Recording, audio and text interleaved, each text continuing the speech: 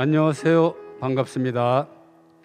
또 벌써 3월달 원래가 또 그냥 다가온 것 같아요. 우리들은 정말 시간이 너무너무 빨리 가고 있는 것 같은데 저기 코로나는 아직 종식이 안 되고 있습니다. 정말 모든 회원님들 다 보고 싶지만 조금만 참으시면은 우리가 다 만날 수 있는 그런 소중한 시간이 다가올 겁니다. 오늘 찬양으로 좋으신 하나님 먼저 찬양하겠습니다.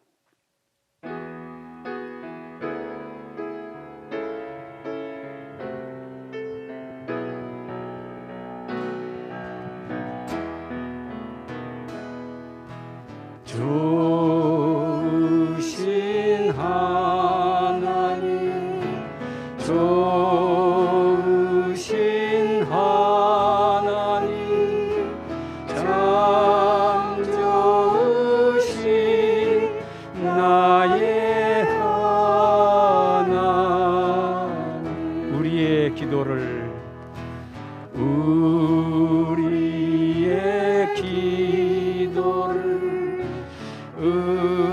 응답해 주시는 참 좋으신 나의 하나님.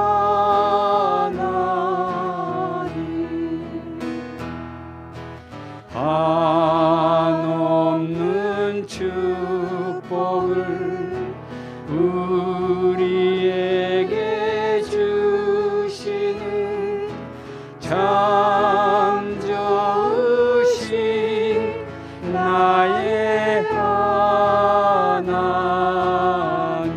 좋으신 하나님, 좋으신 하나님, 좋으신 하나님, 참 좋으신 나의 하나님.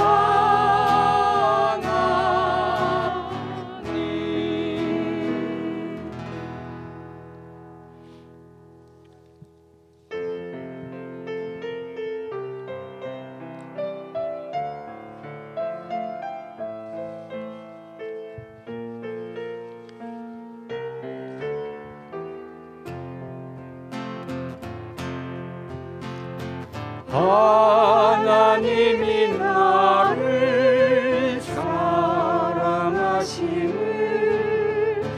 늘 깨닫게 하소서. 하나님이 나를 생각하심을 늘 기억하게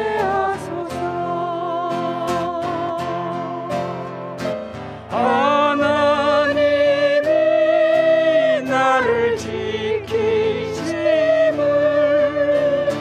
늘 감사하게 하소서. 하나님이 나와 함께 하심을 늘 느끼게 하소서. 하나님이 나를 사랑하심을 늘 깨닫게 하소서. 하나님이 나를 생각하심을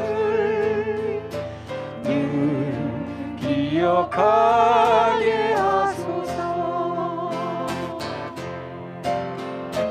하나님이 나를 지키심을 늘 감사하게 하소서.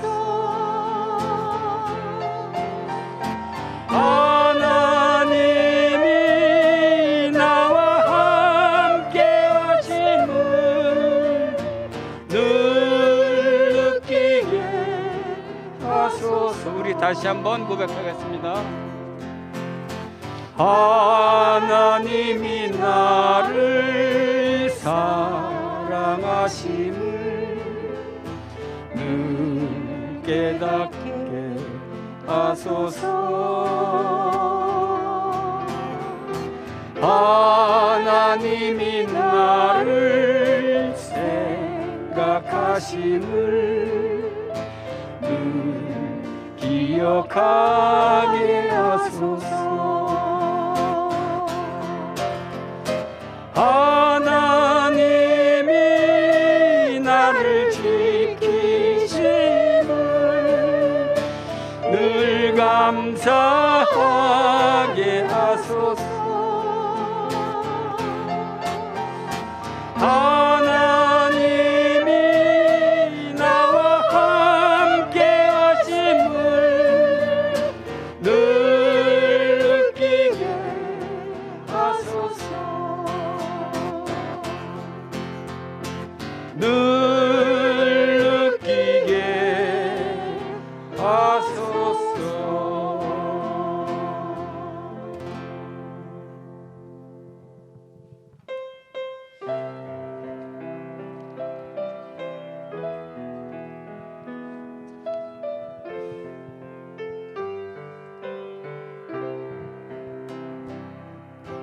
주님 한 분밖에는 아는 사람 없어요. 가슴 깊이 숨어있는 주를 사랑하는 나, 주님 한 분밖에는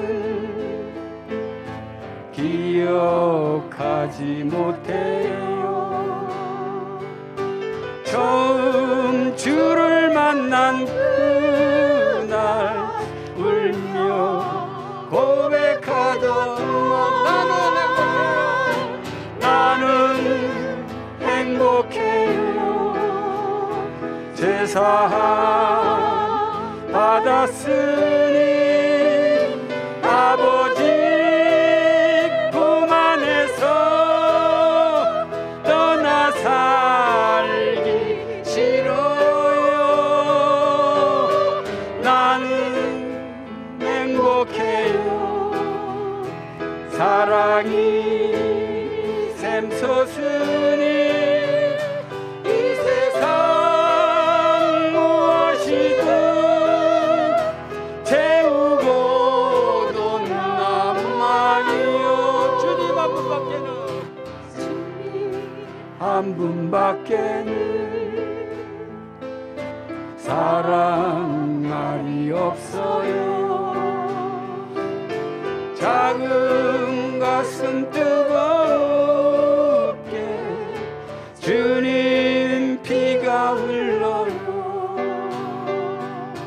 주님 한 분밖에는 약속한이 없어요. 나를 믿고 따르는 자 반석 위에 서리라. 나는 행복해요.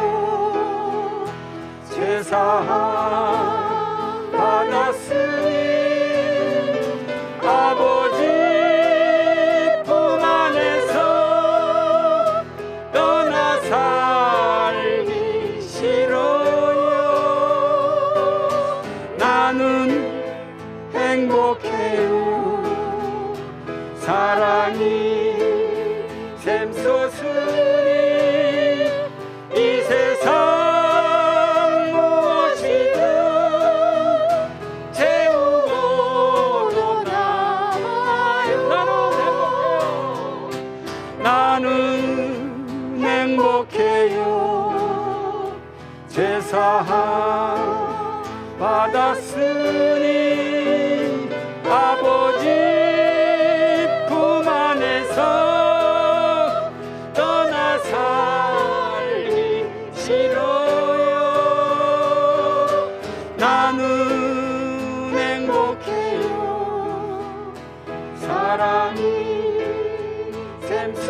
없으니 이 세상 무엇이든 채우고도 남아요.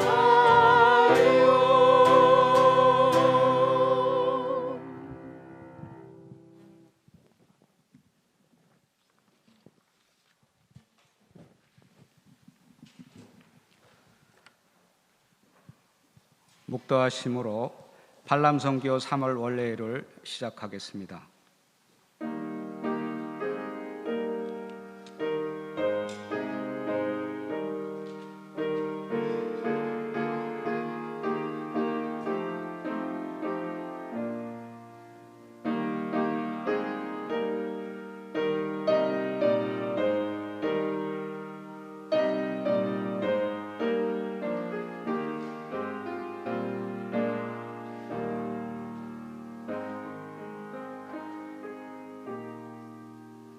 할렐루야. 새 노래로 여호와께 노래하며 성도의 모임 가운데서 찬양할지어다. 이스라엘은 자기를 지으신 이로 말미암아 즐거워하며 시온의 주인은 그들의 왕으로 말미암아 즐거워할지어다. 춤추며 그의 이름을 찬양하며 소고와 수금으로 찬양할지어다. 아멘. 다음은 찬송 212장 다 같이 부르겠습니다.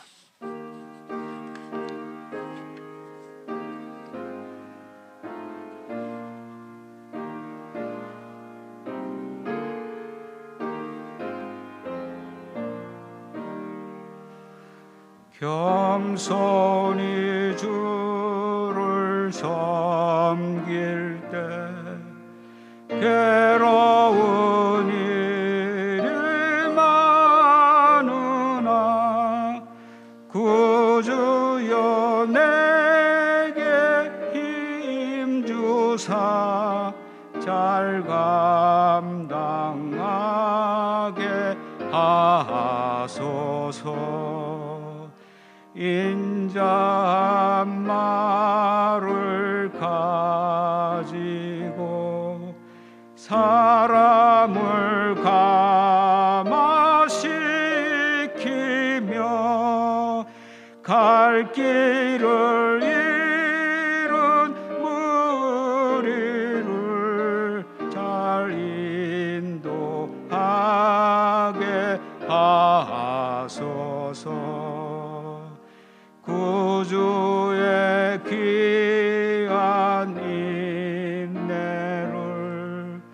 깨달아 알게 하시고 굳건한 믿음 주셔서 늘 장미하게 하소서.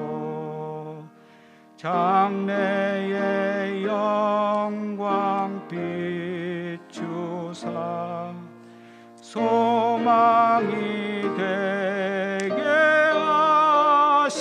하시며 구주와 함께 살면서 참 평강 얻게 하소서. 아멘. 진교차장으로 섬기시는 이용기 장로님 기도 인도해 주시겠습니다.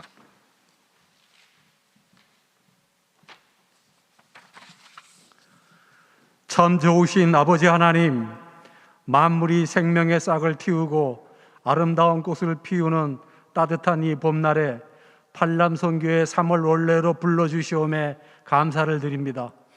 코로나로 인해 비록 대면으로 만날 수는 없지만 이렇게 온라인 영상으로나마 회원들과 함께 예배드리며 서로 소통할 수 있게 하시오니 감사드립니다. 함께하는 우리의 마음에 하늘의 은혜를 채워주시고 한 마음으로 주님을 바라보는 우리의 심령 가운데 주님의 사랑이 넘치는 풍성한 시간이 되게 하여 주시옵소서. 그동안 보고 싶어도 만나지 못한 팔람의 형제들 그리운 마음을 담아 서로를 위하여 더 많이 기도하고 더 많이 사랑하게 하옵소서. 하나님 아버지, 코로나 사태로 모두가 힘들어하는 이때 우리를 향하신 하나님의 뜻이 무엇인지 깨닫기를 원합니다. 주위의 환경이 아무리 힘들고 어렵더라도 하나님에 대한 흔들리지 않는 굳건한 믿음을 허락하여 주사 주의 선하신 손길에 모든 것을 맡기는 삶이 되게 하옵소서. 하나님 아버지, 다음 주에는 고난주간을 맞이합니다.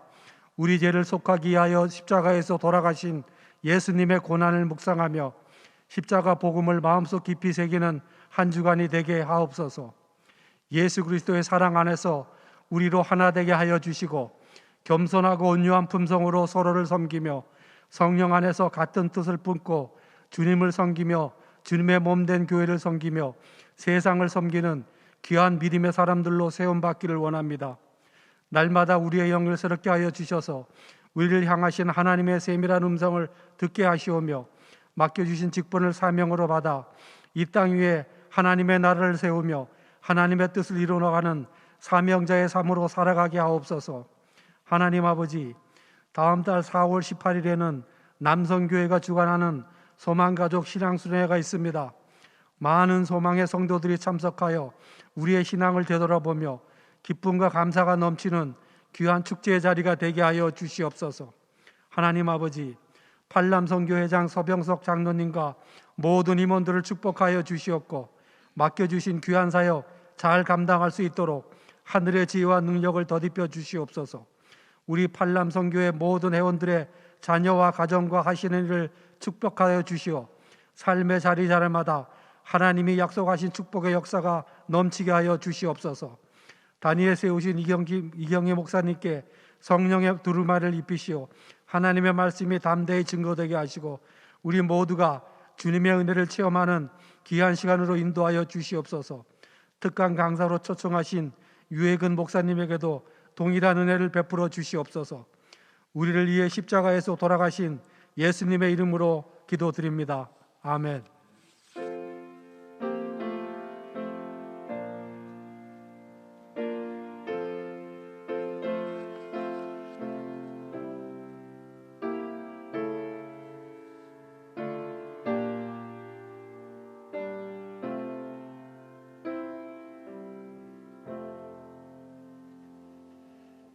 오늘 말씀은 누가복음 1장 1절에서 4절까지 말씀을 제가 봉독하겠습니다. 우리 중에 이루어진 사실에 대하여 처음부터 목격자와 말씀의 일꾼이 된 자들이 전하여 준 그대로 내력을 저술하려고 붓을 든 사람이 많은지라. 그 모든 일을 근원부터 자세히 미루어 살핀 나도 데오빌로 각하에게 차례대로 써보내는 것이 좋은 줄 알았노니 이는 각하가 알고 있는 바를 더 확실하게 하려 함이로다. 다음은 복음의 시작이라는 제목으로 이경희 담당 목사님 말씀 후 축도로 일부 예배를 마치겠습니다.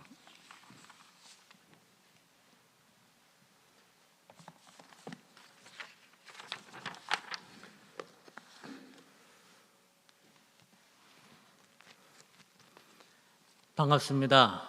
이렇게 코로나 상황 속에서 함께 대면하여 얼굴을 보지는 못하지만 유튜브를 통하여서 여러분 함께 얼굴을 뵙게 되고 또 인사를 드리게 되었습니다.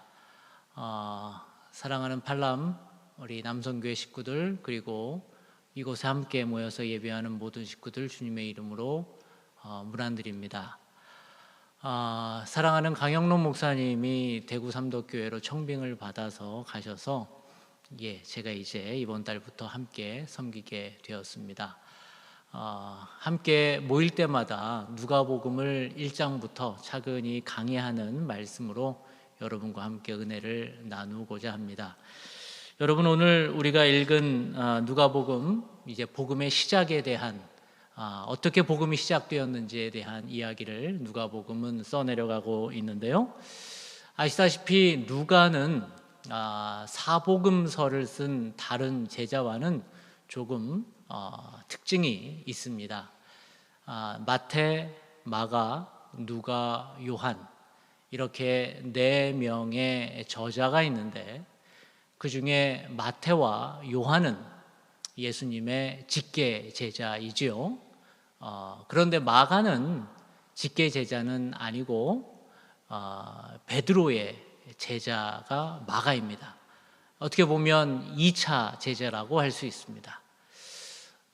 그러나 누가는 예수님의 제자도 아니고 예수님의 제자의 제자도 아닌 어떻게 보면 3차 제자라고 할 수가 있죠. 그러니까 누가는 어떤 연유였는지는 정확히 알 수는 없지만 예수님에 대한 어떤 강한 인상을 받은 것 같습니다. 그리고 이 예수님의 복음을 전하고자 하는 강렬한 부담을, 사명을 가지고 그는 기록을 하게 되고 있습니다. 그리고 아시다시피 바울과 함께 동행하면서 이 복음을 어찌하면 전할 수 있을까 고민하면서 성경을 기록하고 있죠. 아시다시피 누가는 2권의 큰 성경을 썼습니다. 바로 누가복음과 사도행전입니다. 누가 전서라고 할 수 있는 것이 누가복음이고 누가 후서라고 할 수 있는 것이 사도행전이죠. 누가복음은 예수님이 누구신가에 대해서 기록을 했다면 사도행전은 이 예수님이 어떻게 세상에 영향을 주었는지에 대해서 쓴 것이 사도행전입니다. 그래서 아주 독특한 두 이 큰 성경을 바로 누가가 쓴 것입니다. 누가는 아주 예수님에게 큰 감동을 받은 것이 분명합니다.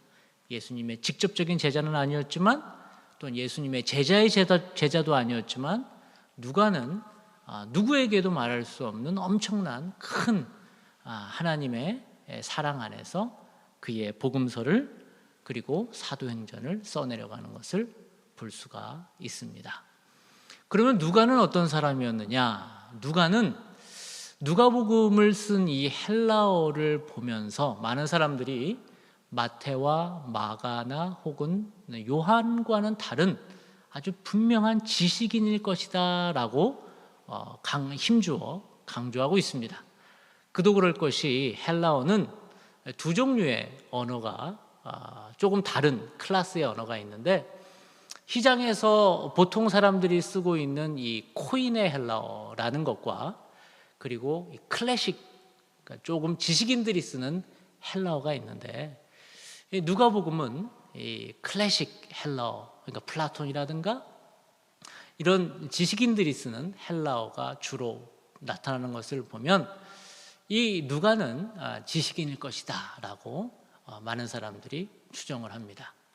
그는 마게도냐에서 태어난 것으로 볼 수가 있고 그는 그렇게 그리스 땅에서 살면서 여유가 생길 때마다 이 예수님에 대한 이야기를 듣고 예수님이 살았던 예루살렘을 종종 방문했던 것으로 볼 수 있습니다. 그래서 그의 주 근거지는 이 마게도냐, 특별히 빌립보가 아니었나 생각을 하고 있어요. 왜냐하면 그의 2번째 책인 사도행전에서 이 빌립보에 대한 이야기를 아주 자세하게 씁니다. 사도행전 16장에 보면 여러 도시를 방문하는데 다른 도시들은 3분의 1장 혹은 4분의 1장 정도를 할애하는데 빌립보는 거의 한 장에 할애해서 도시도 아주 자세하게 기록하는 것을 볼 수가 있습니다. 그러면서 그는 주로 그쪽에 살면서 이제 여유가 되는 대로 예루살렘에 와서 예수님이 누구셨을까? 예수님이 어떤 분이셨을까? 계속 역사가로서 탐방하고 방문했던 기록이 했던 것으로 볼 수가 있습니다. 그런데 상대적으로 예루살렘이라는 큰 도시는 그가 자주 방문했던 것으로 보이나 갈릴리는 많이 안 갔던 것 같아요. 갈릴리는 조금 상대적으로 이 가난한 사람들이 살았던 곳이고 좀 가기가 쉽지 않았던 것 같아요. 그래서 갈릴리의 지명들은 누가복음을 읽다 보면 조금 틀린 지명들도 나타나는 것을 볼 수가 있습니다. 여튼 이 누가라는 인물은 이렇게 지식인이었고 그리고 의사였고 그리고 그리스 땅에 살면서 특별히 마게도냐 땅에 살면서 예루살렘을 주로 방문해서 예수님이 누구신지를 아주 자세히 연구하면서 이 복음에 대해서 기록했던 사람으로 우리는 추정할 수 있습니다. 그렇다면 우리 한번 본문을 보면서 같이 하나님의 말씀을 보도록 하지요. 누가복음 1장 1절 2절은 이렇게 기록되어 있습니다. 같이 한번 읽으실 수 있는 분들은 그리고 여러분의 장소에서 함께 하나님의 말씀을 읽어봅시다. 시작. 우리 중에 이루어진 사실에 대하여 처음부터 목격자와 말씀의 일꾼된 자들이 전하여 준 그대로 내력을 저술하려고 붓을 든 사람이 많은지라. 복음서 마태, 마가, 누가, 요한 각각의 독특한 특징이 있는데 이 누가는 복음서를 쓰면서 자신이 얼마나 치밀하게 정말로 이 복음을 책임감을 가지고 연구하고 정말 예수님이 어떤 분이신가 노력했는지를 1절, 2절을 통해서 보여줍니다. 예수님이 누구신지를 알아보려고 다니면서 자료도 조사하고 다닐수록 놀라운 것을 깨달았는데 그것은 무엇이냐 하면 예수님에 대한 기록들이 그래도 많이 있었다는 거예요. 그리고 자신뿐만 아니라 다른 사람들도 기록물로 열심히 무엇인가를 기록하고 있었다는 것입니다.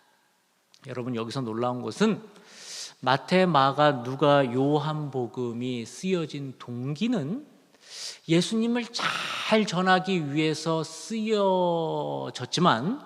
그러나 사실 마태, 마가, 누가, 요한이라는 이 복음서가 왜 쓰여지냐면은 수많은 당대의 이단들이 너무나 많았기 때문에 그렇다는 거예요.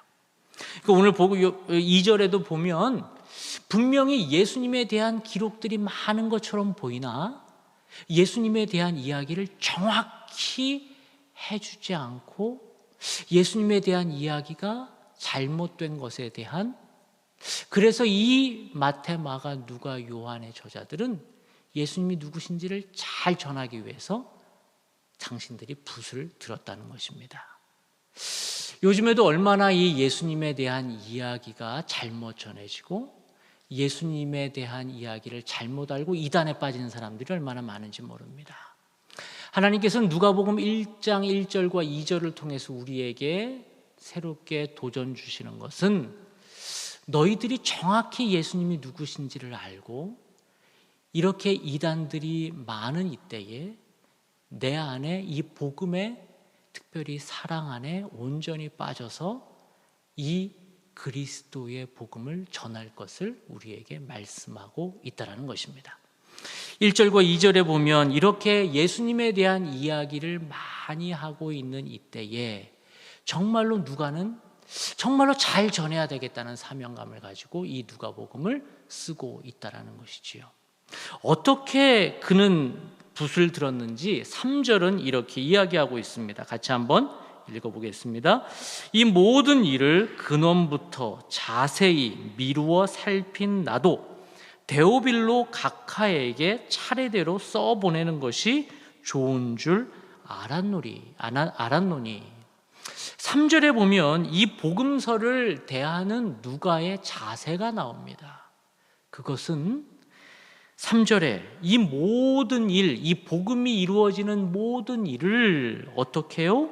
근원부터, 처음부터 자세히 미루어, 이게 부사가 몇 개씩 나와요. 그러면서 살펴서, 이렇게 누가는 복음서를 대할 때 아주 신중하게, 그러면서 자기의 모든 전심을 다해서 이렇게 복음을 써내려가는 것을 볼 수 있습니다. 그러면서 이 복음서를 어떻게 써요? 데오빌로 각하라고 하는 어떤 영향력 있는 사람에게 이 편지를, 복음서를 전해주고 있다고 이야기하고 있습니다. 그래서 이 데오빌로 각하가 누구냐? 문헌을 찾아봐도 이 사람에 대한 실존적 실증은 찾아보기는 쉽지 않습니다. 그래서 실제로 그럼에도 불구하고 이 사람이 실제로 있었을 것이다 라고 이야기하는 사람들도 있지만 어떤 사람들은 이 데오빌로라고 하는 이름에서 데오스, 필로스, 하나님을 사랑하는 자들이라고 하는 어떠한 추상적인, 그리고 하나님을 믿는 사람들이라고 하는 상징적인 단어로 썼지 않았을까라고 생각을 하고 있다는 것입니다. 4절은 그래서 이렇게 얘기합니다. 이는 각하가 알고 있는 바를 더 확실하게 하려 함이로다 하면서 당대에 핍박받고 있는 이때에 이 복음서를 그리스도를 믿고 하나님을 사랑하는 사람들, 데오스 필로스, 데오스 필리아, 이 사람들에게 이 편지를 주기 위한 누가의 노력으로 보고 있다라는 것이 또 하나의 정설입니다. 여기서 우리는 무엇이 누가를 이렇게 지식인에서 하나님을 사랑하는 사람으로, 그리고 전문가에서 하나님의 복음을 전하는 자로 만들었는가입니다. 과연 무엇이 이 누가를 자극해서 그를 역사가에서 하나님의 복음을 전하는 증인으로 만들었는가입니다. 그것은 바로 데오빌로, 데오스 필리아, 하나님의 사랑을 경험하면서 그는 이러한 복음서를 쓸 수밖에 없다라는 것입니다. 사랑하는 발람 식구들, 비록 우리는 함께 모여서 예배하지는 못하지만 우리는 이 자리에, 그리고 멀리 떨어져 있지만 방송으로 예배를 사수하는 이유가 있습니다. 그것은 바로 데오필로, 하나님을 사랑하기 때문에 그렇습니다. 이곳에 우리는 모여 있는 이유는, 그리고 우리가 평생의 삶을 주님께 드리는 이유는 바로 누가처럼 우리의 전문성과 우리의 마음과 우리의 인생 전체를 주님께 드릴 수 있는 이유는 바로 하나님 사랑의 근거에서 우리가 살기 때문입니다. 우리가 하나님 앞에 부름을 받고 우리가 하나님의 그 초청 앞에 우리의 인생을 전부를 다 드려 우리는 한평생 주님 앞에 나아가고 있는 것입니다. 여러분의 위치, 여러분의 현장, 여러분이 어디서 무엇을 하시던 간에 우리가 드릴 수 있는 고백은 바로 하나님 사랑이라는 것입니다. 이제 누가복음은 1장 1절부터 이 하나님 사랑을 경험한 누가는 비록 그리스도의 직제 제자도 아니고 마가처럼 제자의 제자도 아니지만 그는 자기의 전문성을 가지고 평생 바울을 수행하면서, 그리고 이 거대한 누가복음과 사도행전을 써가면서 하나님 사랑을 전하는 이유는 바로 본인이 데오빌로의 경험, 하나님 사랑의 경험이 그에게 있기 때문입니다. 발람 선교의 모든 식구 여러분, 비록 우리는 떨어져 있지만 우리 하나님 사랑 안에 빠져 있습니다. 그리고 누가처럼 이 하나님 사랑을 가지고 우리가 한평생 살아갑니다. 그리고 또한 살아갈 것입니다. 또한 우리 2부 순서로 오시는 우리 유해근 목사님도 이 사랑 안에 푹 빠지시면서 한평생 사셨던 이야기를 우리에게 나눠주실 때에 얼마나 기대가 되는 시간이 될지 모릅니다. 우리가 이 시간 잠깐 기도했으면 좋겠습니다. 30초만 하나님 앞에 잠깐 머물러 있어 봅시다. 여러분 어느 자리에 있던 간에 눈을 감으시고 내가 한평생 하나님의 사랑 안에 어떻게 빠져 있었는지, 그리고 앞으로 우리의 삶을 들여 하나님 사랑 앞에 어떻게 우리가 머물러야 할지, 우리 30초 정도 하나님의 그 사랑 안에 온전히 빠져 있기를 원합니다. 잠깐 침묵하겠습니다.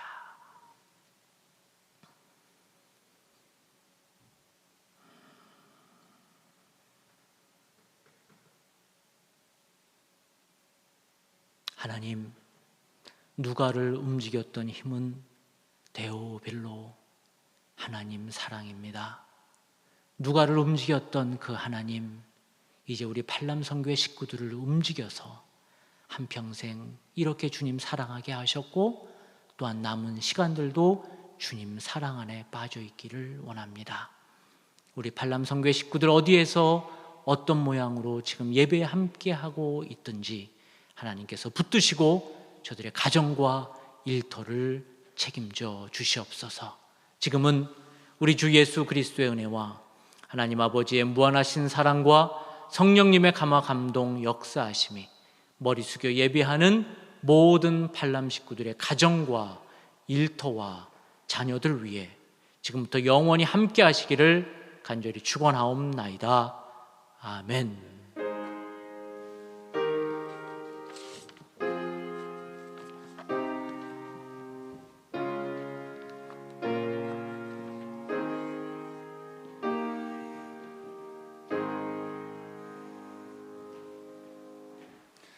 감사합니다, 목사님. 이경희 목사님은 전임 강영롱 목사님 후임으로 남선교회를 담당하시게 되었습니다. 이제 귀한 목사님을 초청하겠습니다.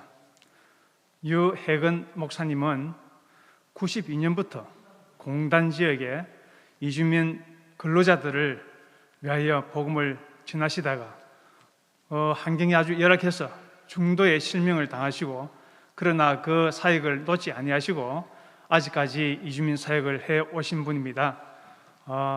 참 저희들이 팔람 선교회는 이제 60대 후반 70대인데 저희들도 하나님의 말씀, 지상명령, 전도와 선교를 어떻게 할 수 있을 것인가 하는 귀한 방법을 오늘 제시해 주시는, 우리에게 큰 힘을 주시는 목사님이 되실 것입니다. 우리 소수지만 박수로 목사님을 환영하겠습니다. 감사합니다, 목사님.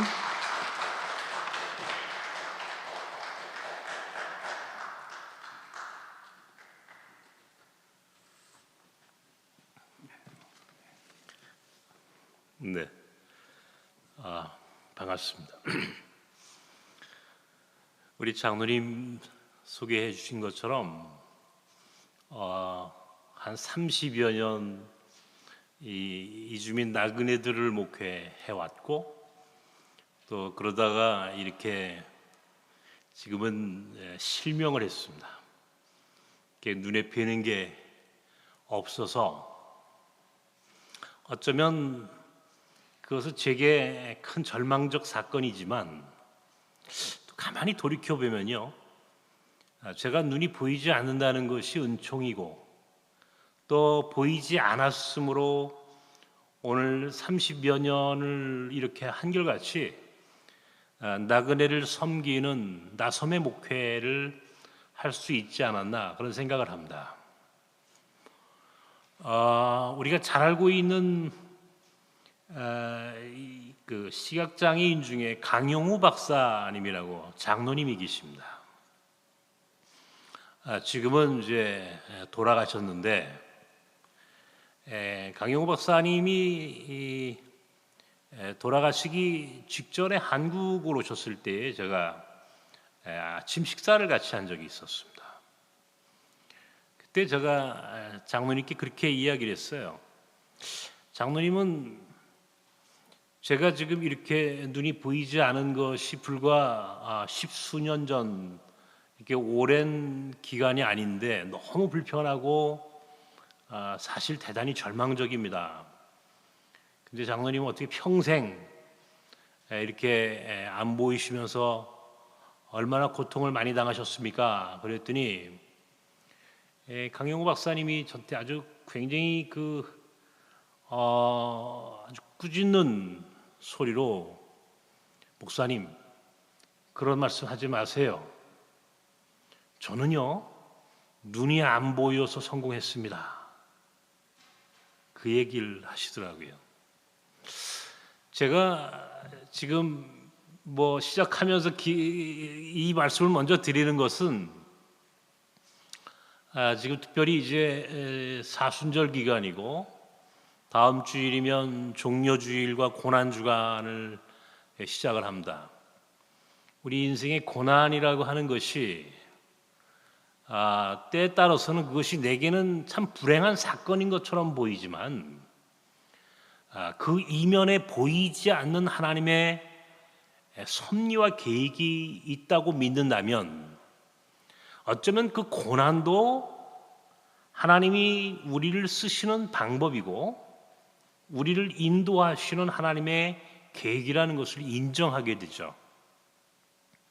요셉이라고 하는 사람이 자기 형들에 의해서 미디안 장사꾼에 팔리우고 애굽의 보디발의 노예가 되고 또 감옥살이를 하고, 그리고 후에 총리가 되는 이 과정을 돌아보건대, 사실은 그가 애굽의 총리가 되어서 후일 그의 부모와 형제들을 구원하는 구원의 통로가 될 수 있었던 그 과정에는, 사실은 보디발의 집에 종살이로 감옥살이로, 물론 그 이전에 형들의 시기와 질투로 미디안 장사꾼에 팔리우는 일들까지 수 없는 고난의 연속이 그를 애굽의 총리까지 이르게 했고, 그것이 그 민족을 구원하는 길이었다.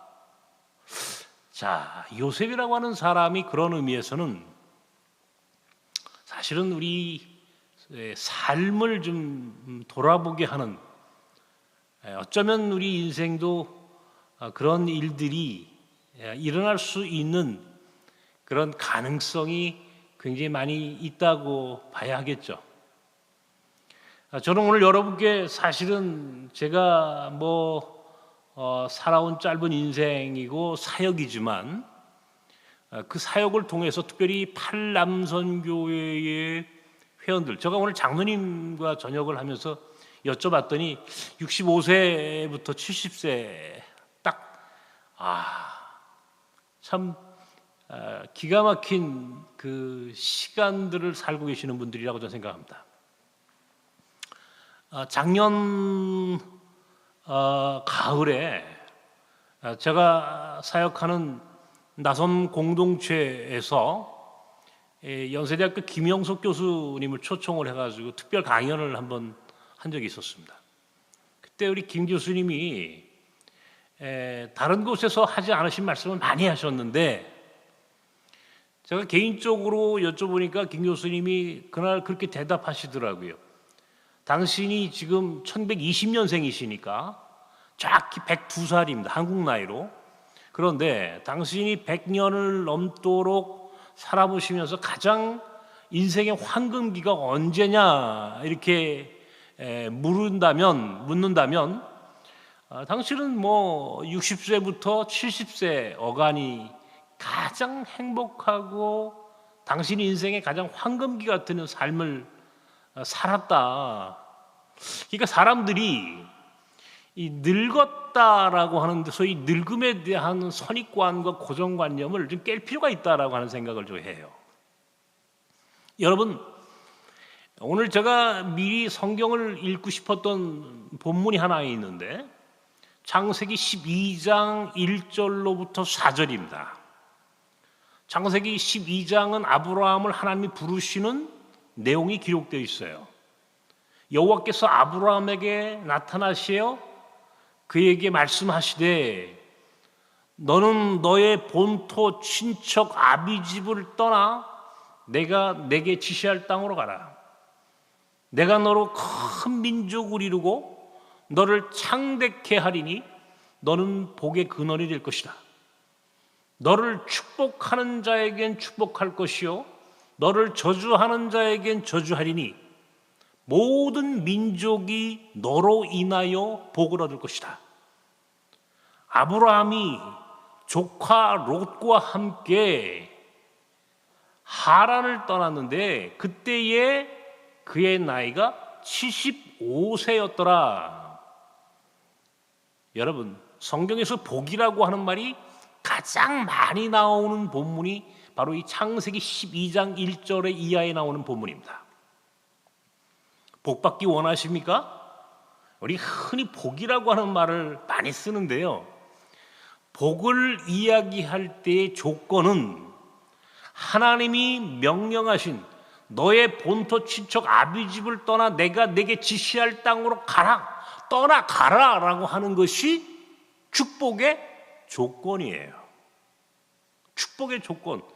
자, 12장 4절에 아브라함이 하란을 떠났을 때 그의 나이가 75세였더라. 여러분, 팔남선교회 70세까지시니까요 75세는 아니세요. 지금 여기 계신 분들은. 그러니까 75세인 노인이 75년 동안 살았던 그의 고향 갈대아 우르라고 하는 곳을 떠나서 하나님이 가라고 하는 미지의 세계를 향하여 그는 출발했다는 겁니다.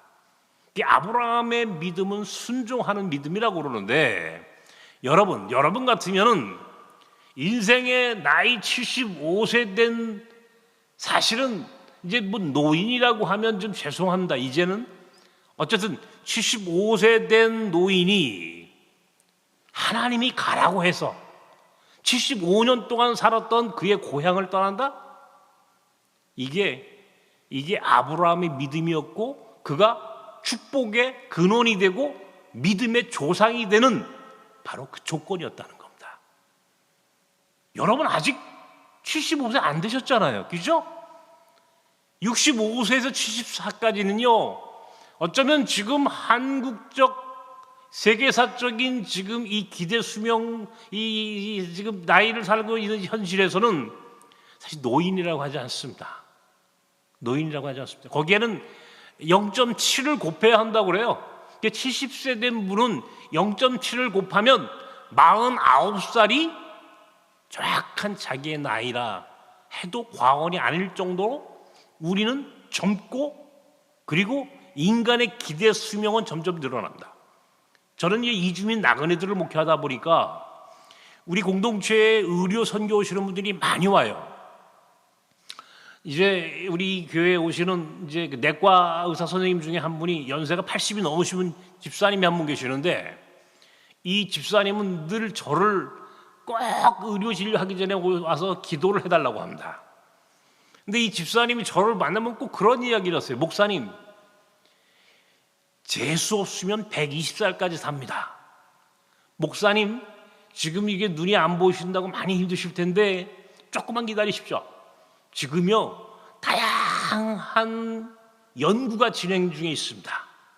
이 4차 산업혁명 시대에는요 모든 장기가 3D 프린트로 다 프린팅이 돼서 앞으로 뇌를 제외한 모든 장기는 재생하게 돼 있습니다. 목사님 눈도 600만 불의 사나이처럼 보게 될 테니까 목사님 조금만 기다리세요. 저보고 하시는 말씀입니다. 희망이 있죠. 몇 살까지 살 수 있다고 사람들이 이야기합니까?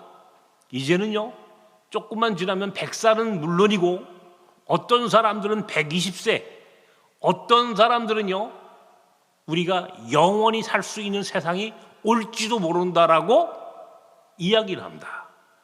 그러니까 그 집사님 말씀대로 재수 없으면 120살 산다는 말이 결코 틀린 말이 아니에요. 제가 오늘 여러분께 드리고 싶은 첫 번째 메시지는 은퇴하지 말라라고 하는 겁니다. 성경에 은퇴라고 하는 말이 단 한 구절이라도 나오면 한번 말씀해 주십시오. 단 한 구절이라도 하나님이 너는 은퇴했으니 은퇴하라 이렇게 이야기하는 구절이 단 한 구절이라도 나오면 저는 오늘 이 말을 취소하겠습니다. 그런데요 성경에는 은퇴, 리타이어, 자동차 바퀴를 다시 갈아 끼우라고 하는 의미의 이 은퇴라고 하는 표현을 단 한 번도 쓰지 않습니다. 성경은 오히려 아브라함이 75세 되었다라고 의도적으로 그의 나이를 기록해놨어요. 놀라운 것입니다. 출애굽기예요. 모세라고 하는 사람을 잘 보십시오. 모세라는 사람은요 나이 80에 미디안 광야의 목동으로 있을 때 하나님이 그를 부르셨습니다. 나이 80의 노인을 하나님이 불러요. 그러니까 모세가 뭐라고 얘기하냐면요 하나님 내가 나이가 80입니다. 나는요 내 민족 나의 백성으로부터도 버림받은 배반당한 사람일 뿐만 아니라 이제 내 혀가 이제 말을 할 수 없을 정도로 굳어버렸습니다. 나는 말을 못합니다. 그런데 내가 뭘 하겠습니까? 라고 핑계를 대요.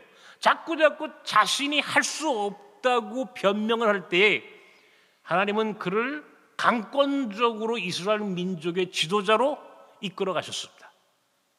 너 말 못한다고? 병들었다고?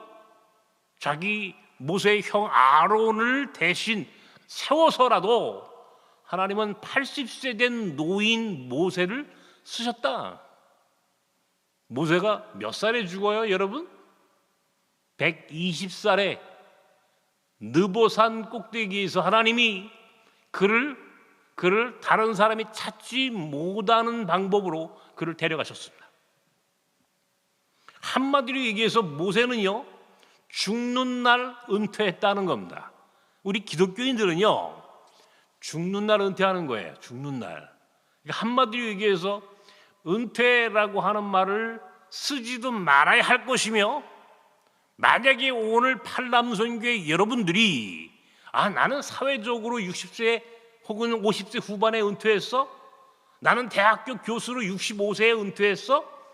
이 은퇴라고 하는 말을 하고 싶다면 여러분 오늘 아브라함과 모세를 기억하십시오. 한번 더 나가 볼까요? 여호수아서에 갈렙이라고 하는 사람이 있습니다. 여러분 갈렙이라는 사람은요, 모세가 가데스바네의 12 정탐꾼을 가나안에 보냈을 때에 여호수아와 갈렙 두 사람만이 하나님이 저 가나안 헤브론 땅을 우리에게 주셨다 그러면서 하나님이 그 백성을 위하여 예비해 놓은 젖과 꿀이 흐르는 땅을 보고 돌아와 정탐을 보고했던 정보원입니다. 그가 여호수아에게 이렇게 얘기합니다. 여호수아 장군이셔, 하나님께서 45년 전에 내 종 모세를 통하여 내게 약속하셨습니다. 하나님은 이 땅 아낙 자손이 살고 있는 이 헤브론 땅을 내게 주시겠다고 약속했습니다. 이제 내 나이 85세로 돼 나는 아직 힘이 있고 싸울 수 있으니 이 산지를 내게 주소서. 이 산지를 내게 주소서. 이게 갈렙이 85세 된 갈렙이 여호수아에게 요청했던 헤브론 땅을 달라고 요청하는 말씀입니다. 여호수아서의 그 이후에 갈렙은 그 땅 헤브론 아낙 자손이 살고 있던 헤브론 땅을 차지했고 대대손손이 그의 후손들이 그 땅을 차지하게 되었다라고 기록하고 있습니다. 75세 된 아브라함도 하나님이 부르시니까 순종하고 떠났고 80세 된 모세도 비록 말을 잘 못하는 모든 면의 건강과 인간적인 한계가 있었음에도 불구하고 하나님은 그를 쓰셨음은 물론이고 85세 된 갈렙마저 이 산지를 내게 주소서라고 여호수아에게 요청하며 헤브론 땅을 차지했다라고 하는 성경의 기록이 굳이 그들의 나이를 성서 기자가 기록해 가면서 오늘 우리에게 이야기하고 있습니다. 다시 말합니다. 은퇴는 존재하지 않습니다. 우리 믿는 사람들은 죽는 날이 은퇴하는 날이에요. 그런데요, 이게 참 이 사회적인 선입관, 고정관념이라고 하는 것이 대단히 무섭습니다.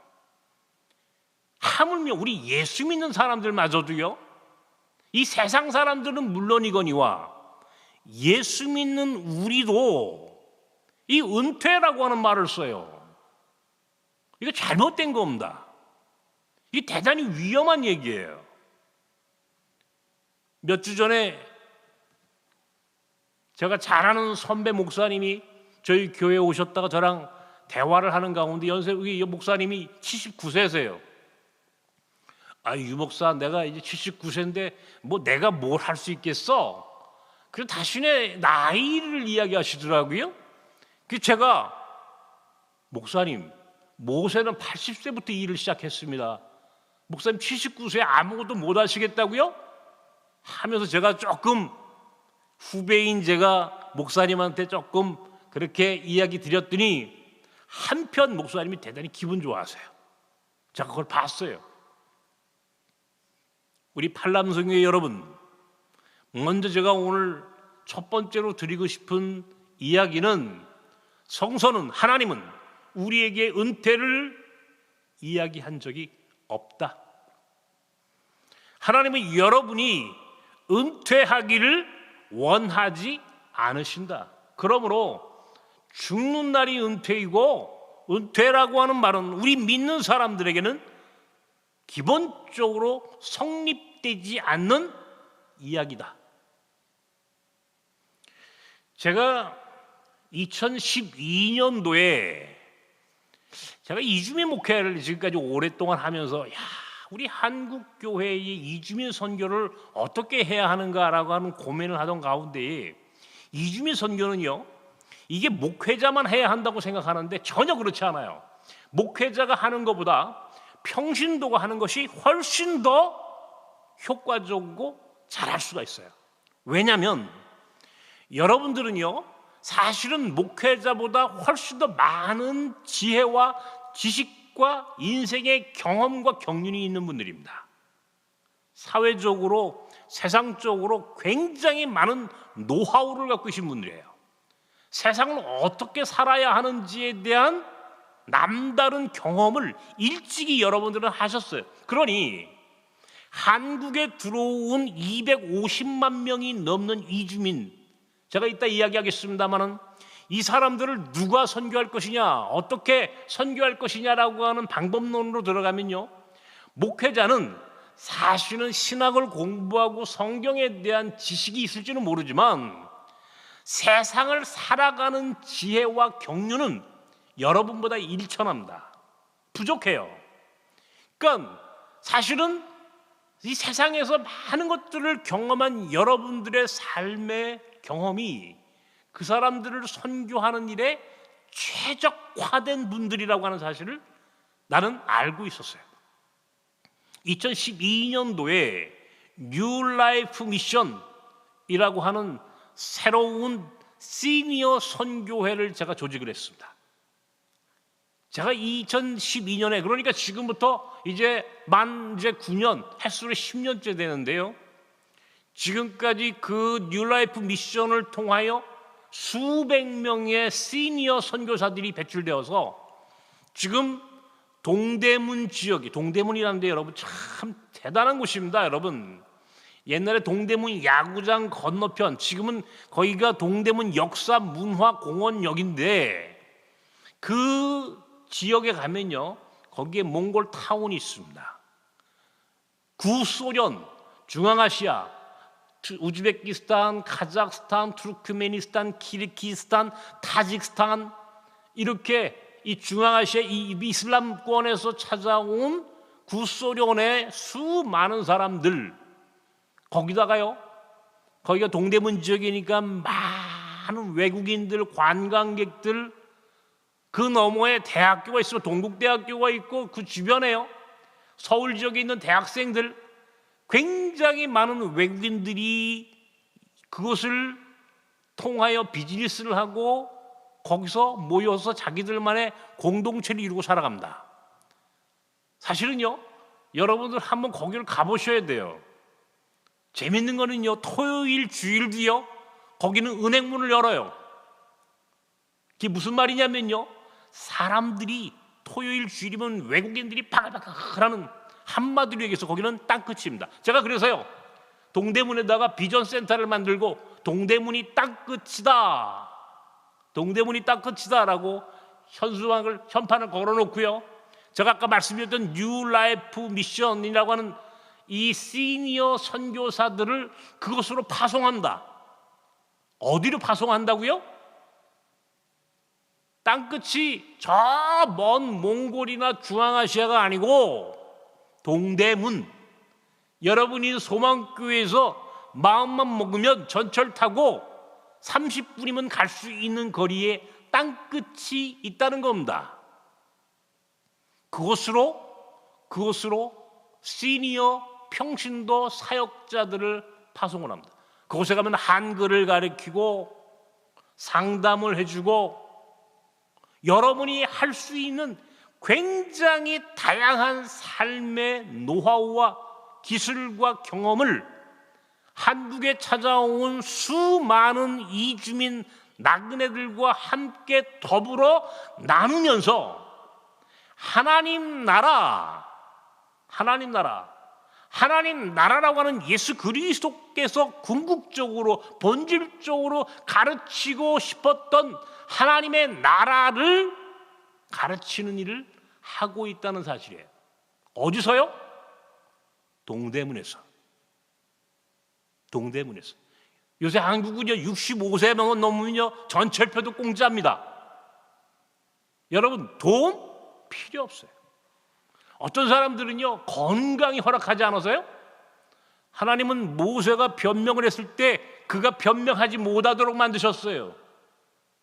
외국에 나가야 한다면 그것은 어쩌면 대단히 어려운 일일 수도 있습니다. 그러나 여러분이 건강이 허락하는 한도에서 얼마든지 이주민들을 선교할 수 있다는 이 사실을 아신다면 우리가 그 어떤 핑계도 변명일 수밖에 없어요.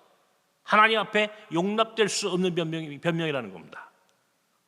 그러니까 거기는요 뭐 돈이 없어도 되는 것이고요, 건강이 조금 부족해도 부족한 만큼만 사용하시면 되는 거고요. 여러분 이보다 더 좋은 기회가 어디 있습니까? 사람들은요 이걸 몰라요. 이걸 무시해요. 제가 이게 좀 순서가 좀 바뀌었습니다만은 2008년도 여름에 동아일보에 쓰여진 이 칼럼 하나를 여러분께 소개하겠습니다. 95세 어느 노인의 고백이라고 하는 칼럼이에요. 이분은 그 칼럼에 이렇게 썼습니다. 65년 동안 65세가 될 때까지 나는 남다른 성공과 남다르게 사람들에게 인정받는 인생을 살았습니다. 이 65세가 되어서 이제 나도 은퇴를 하게 되었습니다. 자, 65세가 되니까 이제 은퇴를 하게 됐다는 겁니다. 여러분처럼. 그런데 그분이 거기에 이렇게 쓰셨어요. 그런데 65세부터 나는 아무것도 하지 않았습니다. 죽을 날만 기다렸습니다. 죽을 날만 기다렸대요. 왜? 보통의 사람들이 은퇴를 하고 나면 죽는 날을 기다리는 것이 일반적인 상식이었으니까. 그런데 문제는 75세가 되어도 죽지 않더라는 겁니다. 85세가 되었는데도 죽지 않았다는 겁니다. 그리고 급기야 95세가 되었다는 겁니다. 30년 동안 나는 인생의 황금기를 아무것도 하지 않고 소비했다는 겁니다. 바로 이분이 그 칼럼에 쓰셨어요. 나는 95세가 되어 내가 살아온 30년, 지난 은퇴 이후 30년의 삶을 내가 얼마나 잘못 살았는지에 대하여 후회한다고. 그래서 이제부터는 내가 다시 무언가를 도전하겠노라고 어학 공부를 시작하고 당신이 하고자 하는 일들을 다시 시작하겠노라고. 이분이요 천안에 있는 호서대학교를 세웠던 강석규 장로입니다. 그 이후에 8년을 더 사시고 103세에 강석규 장로님은 소천하셨어요.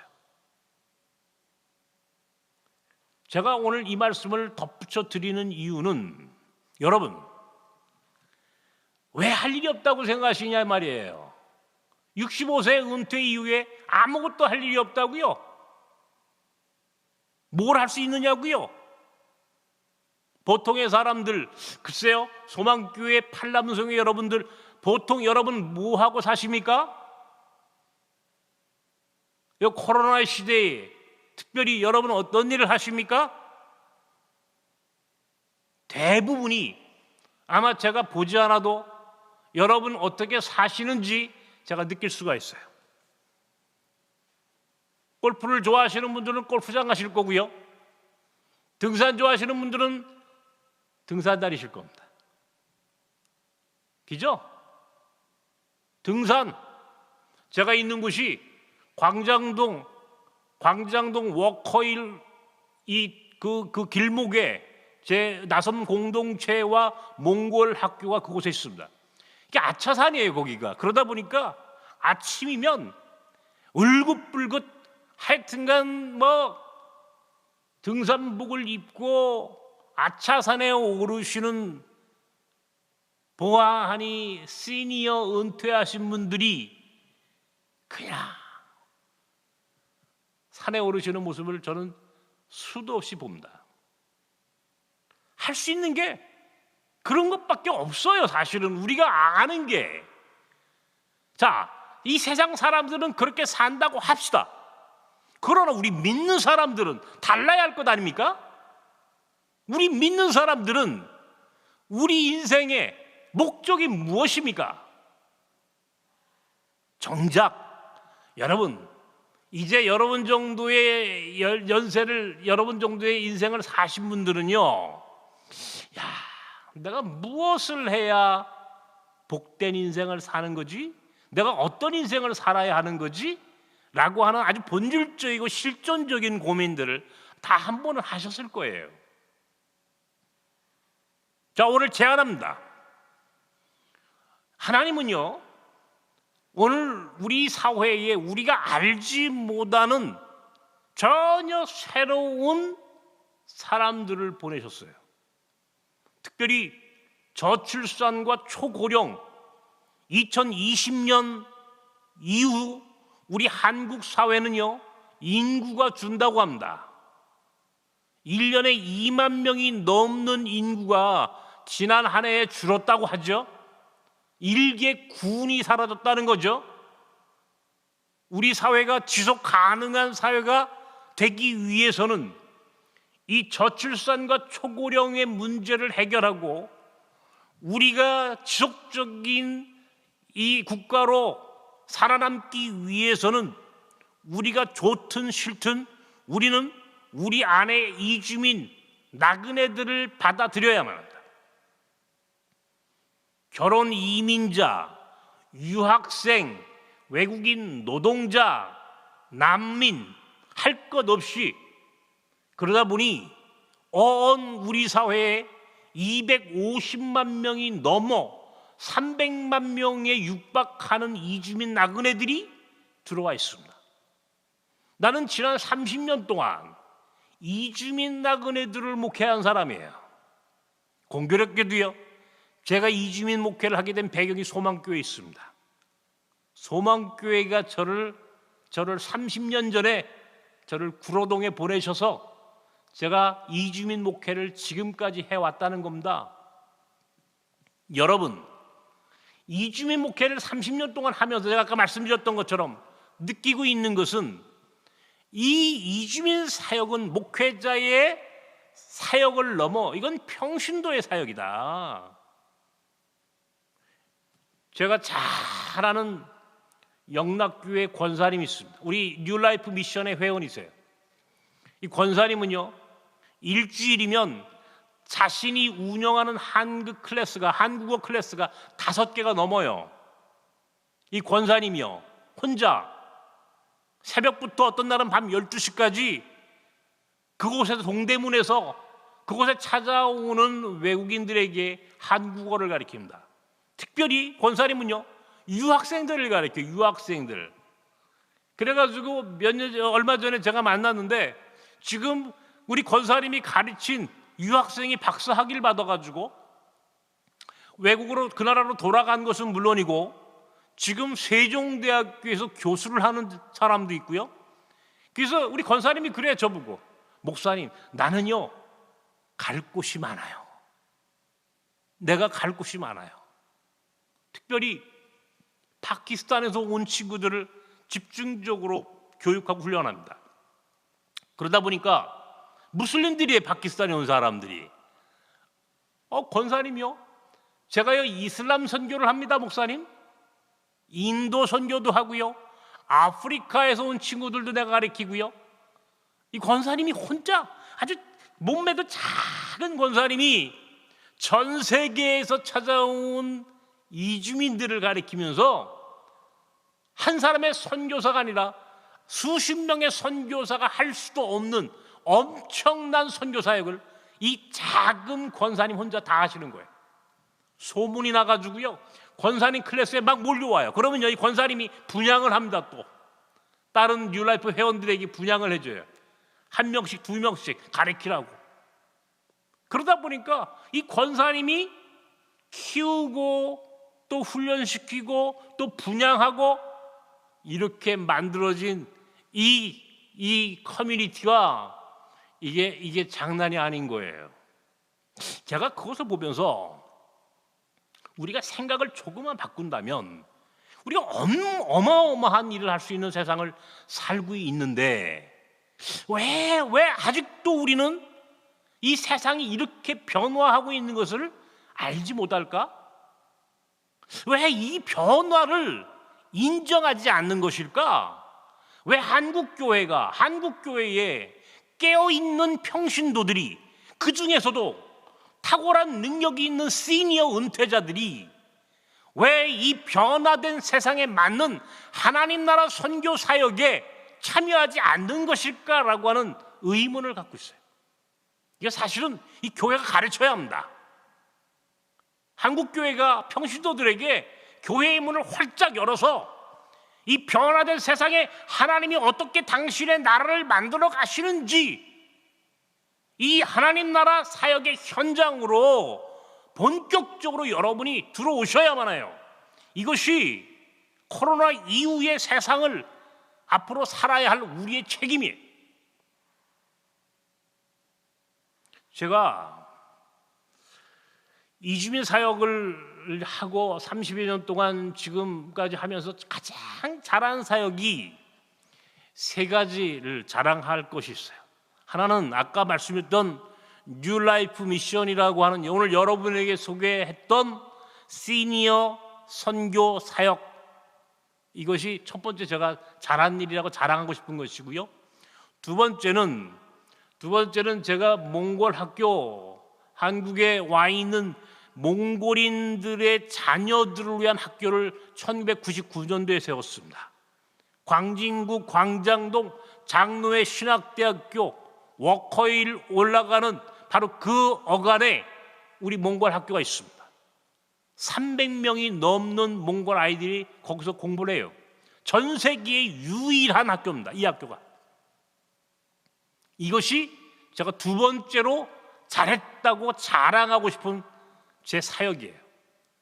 근데 오늘 그 얘기를 하려고 하는 게 아닙니다. 하나 더 얘기할 게 있어요. 세 번째 사역입니다.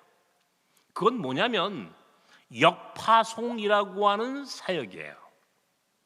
역파송. 여러분, 파송이라는 말은 들어보셨을 거예요. 선교사를 파송한다. 그런데 제가 이야기하고 싶은 것은 역으로 파송한다, 그런 말이에요. 개념이 조금 달라요. 이야기인즉 이것이 사실은 제가 하고 있는 이주민 선교와 관계된 것이다. 오늘 이 얘기를 하려고 합니다. 선교란 무엇일까? 여러분, 흔히들 사람들이 선교학에 대한 질문을 합니다. 선교는 나그네를 순례자 되게 하는 것이 선교다. 이게 선교를 아주 쉽게 정의하는 겁니다. 나그네. 우리 모두가 다 나그네예요. 사실은 인생을 다 우리는 나그네 같은, 오늘 히브리서 11장에 보면 우리는 본디 외국인이요 나그네라, 이런 표현이 나와요. 우리는 본디 외국인이요 나그네였습니다. 그런데 그 나그네들 가운데 하나님은 예수 그리스도를 통하여 우리에게 본향이 있다는 것을 가르쳐 주셨다는 거예요. 본향, 우리가 가야 할 집, 그것을 본향이라고 하고, 그 본향을 알고 깨닫고 본향을 향해 걸어가는 나그네들을 이름하여 순례자라고 부르는 겁니다. 똑같은 나그네인데 갈 곳을 모르고 방황하는 나그네들이 있는 반면, 우리가 가야 할 본향이 분명히 있다라고 믿고 고백하고 그 삶을 살아가는 사람들이 순례자예요. 똑같아. 인생은 삶의 패턴은 똑같아. 그러나 목적지가 있어요. 우리는 순례자예요. 순례자. 그러니까 이주민 선교를 하면서 제가 느낀 겁니다. 나그네 선교인데 이 사람들에게 제가 야, 이게 이제 당신들이 한국에 온 것이 이런저런 이유로 왔겠지만 오늘 내가 여러분에게 이야기하고 싶은 것은 여러분 본질적으로 우리에게는 갈 곳이 있습니다. 그것이 바로 하나님 나라입니다 라고 하는 본향을 가르쳐주고 그것을 믿게 하고 그 믿음의 통로로 예수 그리스도를 가르쳐주고 십자가를 이야기하고 그렇게 해서 고백하고 세례를 받고 예수 그리스도를 믿음으로 고백하는 사람들을 우리는 순례자, 거기서 끝나는 게 아니에요. 그런데 그들 가운데 탁월한 사람이 있어요. 탁월한 사람, 하나님이 예비해 놓으신 사람이 있어요. 그 사람들을 뽑아가지고 장로의 신학교에 보내서 신학을 공부해서 목사가 되어서 선교사로 보내는 거예요. 이렇게 보낼 때 그 사람을 이름하여 역파송 선교사라고 부릅니다. 제가 터키 이스탄불에 호자트라고 하는 이란 출신 무슬림 출신이 우리 교회를 찾아왔어요. 성수동에서 이 인쇄 공장에서 일을 하던 친구입니다. 무슬림이에요. 꾸란을 알고 있던 친구입니다. 그런데 이 친구가 우리 교회, 제가 그 당시 강변역에서 이 사회 목회를 했는데 강변역 지하실에서 외국인 사역을 할 때에 찾아와 가지고 뭐라고 그러냐면, 목사님, 나는 무슬림이니까 예수 믿으라는 소리 하지 마십시오. 나는 한국말만 배우겠습니다. 한국어를 꼭 배워야 하겠으니 한국어만 배울 테니까 나는 예수 믿으라고 얘기하지 마십시오 그러더라고요. 그렇게 해라. 그런데요, 제가 섬기는 교회가 지하실에 70평인데 딱 네모나게 딱 한 칸밖에 없어요. 교실이 없었어요. 그러니까 한국어를 배우러 오면 거기서 예배를 드리고 거기서 기도하고 거기서 찬양하는 거예요. 이 친구가 한국말 배우러 왔다가 어떻게 한국말만 배운 게 아니라 예배도 드리고 찬양하는 모습도 보고 기도하는 것도 알게 되었어요. 그리고 어느 날 내게 얘기합니다. 목사님, 제가 이제 매일 와서 예배 드리다 보니까 예수가 어떤 분인지 궁금해요. 페르시아로 된 성경책을 구해주세요 그러더라고요. 페르시아 성경을 구해줬더니 이 사람이 이제 성경을 읽기 시작합니다. 어느 날 토요일 날 제가 이 호자트라고 하는 친구가 이제 살고 있는 집을 방문했어요. 저 군자동 옥탑방에 살고 있었는데 토요일 날 저녁 때 신방을 하러 가니까 정말 집 안에서 페르시아 성경을 읽고 있는 거예요. 소리가 나는 거예요. 너무너무 감동적이에요. 페르시아 성경을 무슬림이 성경책을 읽는 모습을 상상해 보십시오, 여러분. 야, 호잣 너무 잘했어. 그렇게 해서 그날 이제 호잣트라고 하는 이 무슬림 출신의 외국인 노동자를 이제 처음 그곳에서 이제 복음을 가르치기 시작했습니다. 야, 나가자, 호잣. 내가 저녁 사줄게. 저녁을 먹으러 나갔어요. 이게 뭘 사줄까? 그랬더니 이 친구가 하는 말이, 목사님, 삼겹살 사주십시오 그러더라고요. 삼겹살. 무슬림이 돼지고기 삼겹살을 사달라는 말의 의미를 여러분 새겨들으셔야 돼. 무슬림은 어떤 경우에도 돼지고기를 먹지 않습니다. 그런데 이 친구가 삼겹살을 사달라는 말의 의미는 이슬람의 종교적인 신앙 체계가 무너진 거예요. 깨진 거예요. 그리고 간접적으로 자기는 이제 무슬림을 포기했다라고 하는 사실을 내게 가르쳐 주는 겁니다. 삼겹살을 사주는데 얼마나 맛있게 먹든지요, 잘 먹어요. 이렇게 맛있는 삼겹살을 여태까지 못 먹고 살았다고 저보고 웃으면서 이야기해요. 그 이후 이 호자트라는 사람은 우리나라 최초의 종교 난민이 되었습니다. 2004년도 12월 24일 날 우리나라가 종교 난민 지위를 주지 않는 국가거든요, 법무부가. 그런데 이 호자트가 제1호 종교 난민 지위를 얻게 되고 곧 세례를 받고 장신대에 입학을 해서 신학 공부를 하고 2013년도에 목사 안수를 받았어요. 무슬림 출신의 불법 체류 외국인 노동자가 예수를 믿고 종교 난민이 되고 신학을 공부하고 목사가 되고, 이건 대단한 사건입니다. 우리 교회에 나오는 자매하고 또 사랑에 빠져서 결혼도 했어요. 한국 자매하고 결혼했어요. 아이 둘을 낳고 행복하게 살아갑니다.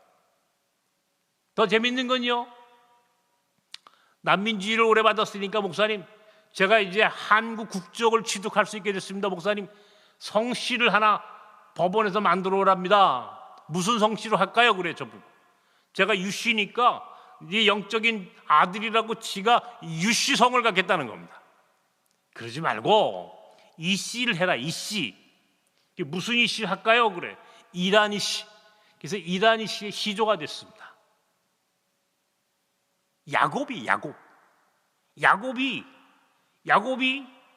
야곱에서 이스라엘로 이름을 바꾸고 야곱의 12아들이 중심이 되어서 이스라엘 민족의 12지파가 만들어졌던 것처럼 완전히 이 사람은 야곱인 거예요. 야곱.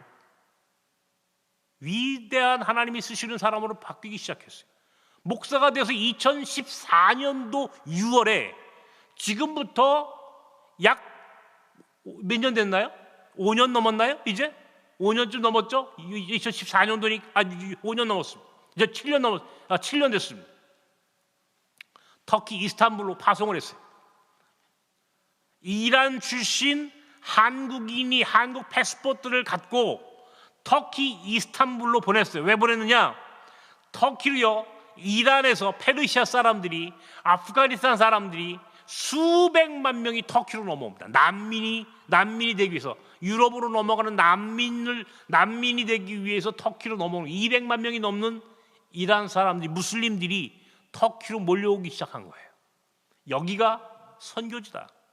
2014년도에 이 호자트 가정을 터키 이스탄불에 보냈고, 그 다음 해에 이스탄불에 나선 페르시안 교회를 세우고 본격적으로 사역을 시작했어요. 지금으로부터 6년쯤 지난 지금 수백 명이 무슬림들이 세례를 받았고 엄청난 사역이 이루어집니다. 그렇게 만들어진 선교사를 역파송 선교사라고 그러는데, 우리 나섬에서는 터키, 베트남, 인도, 몽골, 그리고 중앙아시아의 키르기즈스탄까지 5개국의 현지인, 한국에서 살다가 신학 공부를 하고 목회자가 돼서 현지 사역자로 역파송된 사역자들이 5개국에 걸쳐서 선교 사역을 하고 있습니다. 제가요, 이 코로나 시대를 경험하면서 여러분 지금 이 세계 선교가 어떤 위기에 처해 있는지 아십니까? 지금 선교지에 있는 선교사의 약 70%가 다 돌아왔어요. 70%가 선교지에 선교를 할 수가 없게 되어 있습니다. 왜냐면요, 이게 선교 사역을 하려면요 몇 가지의 조건이 있어요. 첫 번째 비자를 받아야 돼. 비자.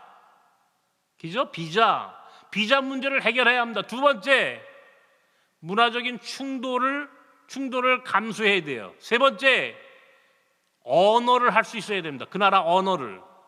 이 세 가지를 전제로 하지 못하면 온전한 선교 사역자가 될 수 없어요. 비자 문제를 풀어내거나 문화적인 갈등을 해결할 수 있는 능력이 있거나, 마지막으로 그 나라 말로 선교할 수 있는, 그 나라 말로 복음을 증거할 수 있는 능력이 있어야 되는 거예요. 그런데 뜬금없이 코로나가 작년부터 올해, 아마 이것이 올 연말까지 혹은 내년 이후까지도 계속해서 끝나지 않는다면 어떤 일이 벌어지느냐? 이 비자 문제는 물론이고 사실은 가서 아무것도 할 수 없습니다. 모든 게 다 락다운이에요. 우리가 알고 있는 선교지 상황이 대단히 어렵습니다. 몽골 같은 경우는요 아예 집 밖으로 못 나오게 만들었습니다. 인도 같은 경우는요 밖에 사람들이 나오면 경찰들이 몽둥이 들고 때려요. 집으로 들어가라고. 하도 코로나에 많이 감염이 돼가지고. 터키요? 지금도 수만 명씩 감염이 되어가지고요 말도 다 못한다. 그런 나라에 가가지고 비자 문제를 풀고 언어의 문제를 해결하고 선교 사역을 한다? 특별히 코로나 팬데믹 상황에서 불가능합니다. 그렇게 해서 80, 70% 이상의 선교사들이 다 지금 돌아왔어요. 사역지에, 선교지에 선교사가 없어요. 그런데 정말 감사하게도 우리 공동체는 오랫동안 이 역파송 선교를 준비하면서 선교사를 보냈어요. 터키에, 인도에, 베트남, 몽골, 키르기즈스탄, 한결같이 선교가 어려운 곳에. 여러분, 제가 며칠 전에 우리 집사람한테 얘기했습니다. 나 이제 목회 이제 그만두고 여보, 나 터키에 가서 이제 그곳에서 사역하는 우리 호자트 선교사 옆에서 좀 도와주고 싶어. 여보, 나 몽골도 가야 되겠고, 인도도 가야 되겠고, 베트남도 가야 되겠고, 키르기스탄도 가야 되겠고, 할 일이 너무 많아. 시간이 너무너무 아까운 거예요. 시간이 너무너무 부족해. 제가 이 겨울의 추위를 아주 못 견딥니다. 12월, 1월, 2월은 날씨가 따뜻한 베트남에 가서 살 것. 3, 4, 5는요 터키가 최고입니다. 7, 8은요 여러분 몽골이에요. 9, 10, 11일은요 인도입니다. 1년 12달을 우리 은퇴한 사람들한테 보통 로망이 뭡니까? 그러면요 세계 여행하는 게 로망이래. 기자 여러분, 근데 지금 뭐 코로나 때문에 뭐 나가지 못하지만 아마 이제 코로나 상황이 조금 나아지면 여러분들 이제 외국에 여행도 하고 싶고 하고 싶은 게 많으시겠죠? 그런데 그 여행이라고 하는 것이 그렇게 이게 몇 번 이렇게 나가 보니까 글쎄 그것도 대단치 않아요. 요즘 젊은 사람들은요 베트남에 가서 한 달 살기, 또 몽골 가서 한 달 살기, 뭐 이런 식으로 여행의 패턴을 조금 바꿔요. 여러분 어떻습니까?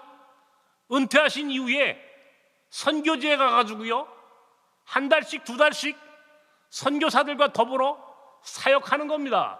그런데 이 사람들은요 한국말을 유창하게 해요. 왜? 한국에서 신학 공부까지 한 사람들이니까. 한국말을 잘하는 현지인 선교사가 그곳에서 선교하고 있는 곳에 한국 교회에 탁월한 여러분처럼 시니어 평신도 사역자들이 가서 그 사람들과 함께 하나님 나라를 선포하고, 아니요, 차라리 거기 있는 선교사들과 함께 같이 이야기만 하고 같이 밥만 먹어도 큰 위로가 되고 큰 힘이 되는 사역이 바로 하나님 나라 사역이에요. 여러분이 할 수 있는 일이 너무너무 많아.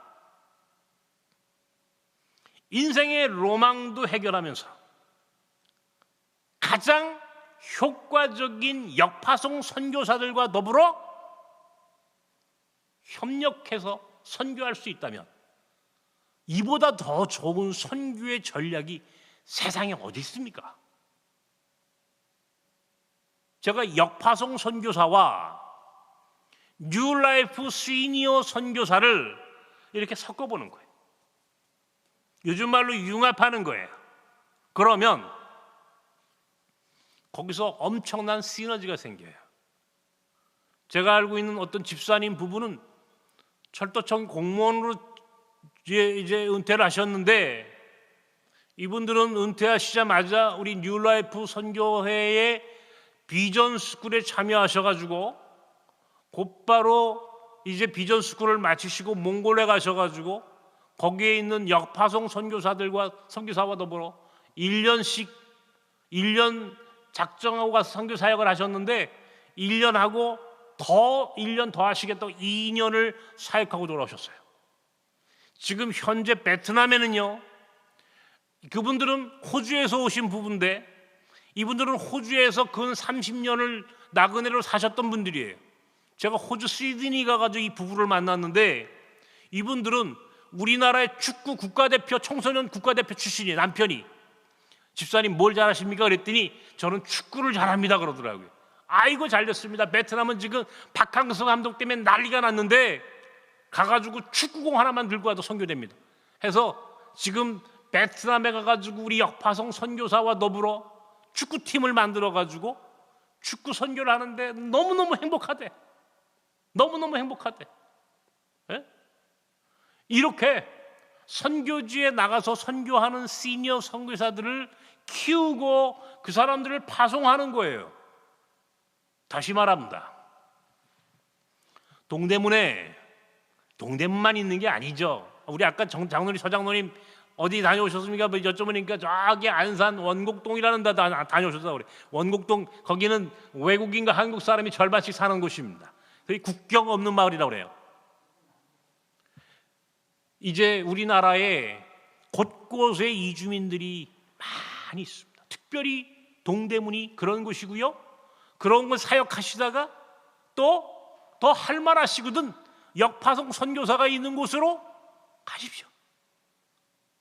이것이 오늘 아브라함이 복이 있는 사람이 될 수 있었던 이유라고 하는 것을 기억하시고 앞으로 우리 소망교회 팔람선교회가 그런 하나님 나라 선교사에게 적극적으로 참여하실 수 있기를 간절히 바랍니다.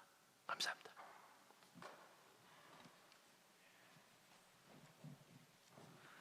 네, 목사님 감사합니다. 저희들에게 큰 힘이 되었습니다. 이제 3부 해무 처리 시간입니다. 부석이 이강열 집사님 기도로 해무 처리하겠습니다.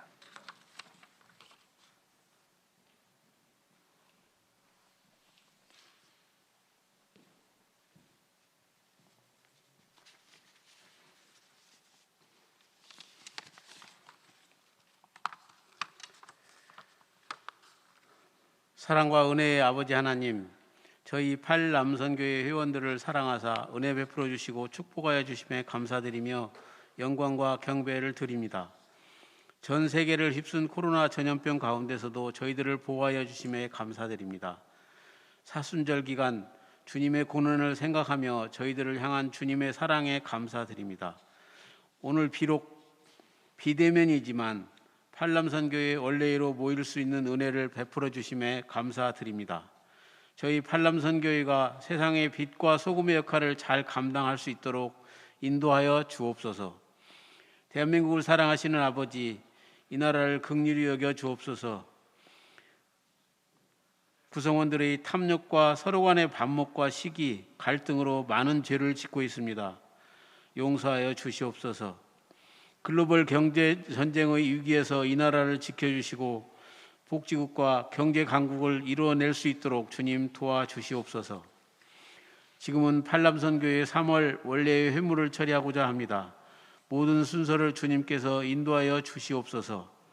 팔람선교회를 이끌어가는 서병석 회장님의 수고를 기억하여 주시고 가정의 평안함과 사업장의 풍성함을 허락하여 주시길 간절히 기도드립니다. 팔람선교회 회원들 모두 성령 충만하게 하시고 각 가정마다 평안함과 형통의 복을 허락하여 주시길 기도합니다. 아버지 하나님, 이 시간 함께 하셔서 은혜로운 회무처리가 될 수 있도록 축복하여 주실 줄 믿습니다. 처음부터 끝나는 시간까지 주님께서 주관하여 주시기를 간구하오며 우리를 구속하여 주시고 생명의 길로 인도하시는 우리 주 예수님의 이름으로 기도드립니다. 아멘.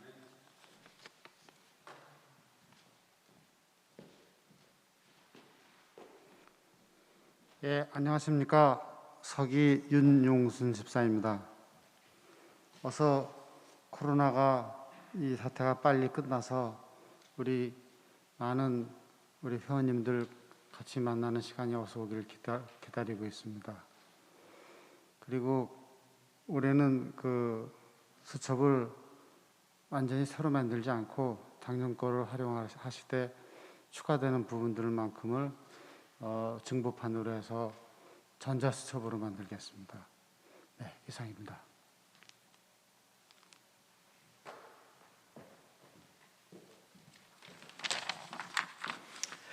네, 팔람선교회 회계 이동섭 집사입니다.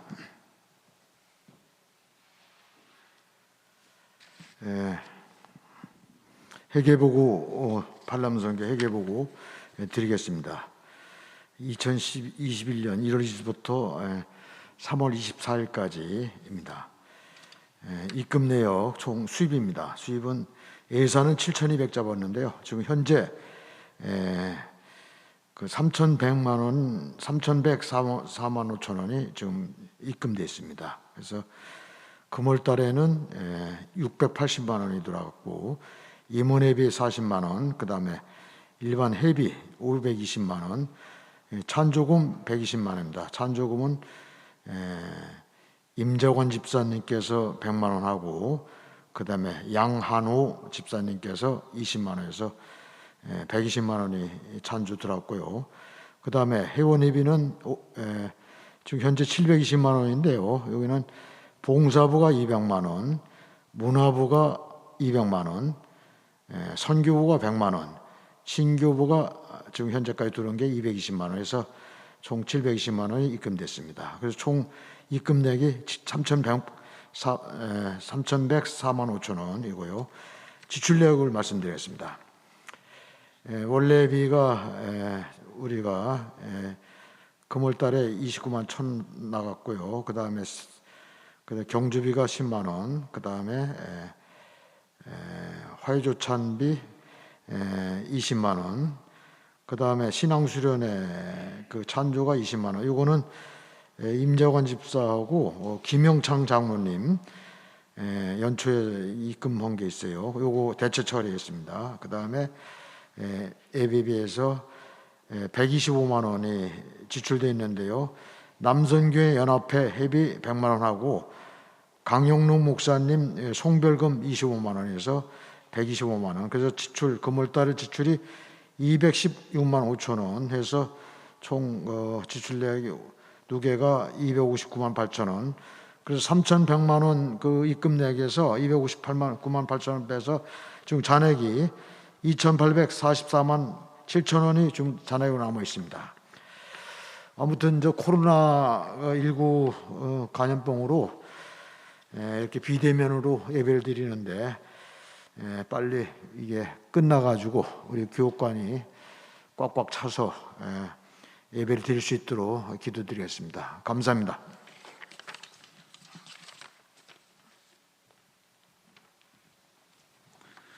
네, 이어서 각 부 사업 보고가 있겠습니다. 방역 대책에 따라서 인원 제한이기 때문에 각 부 부장님의 말씀은 동영상으로 대체하도록 하겠습니다.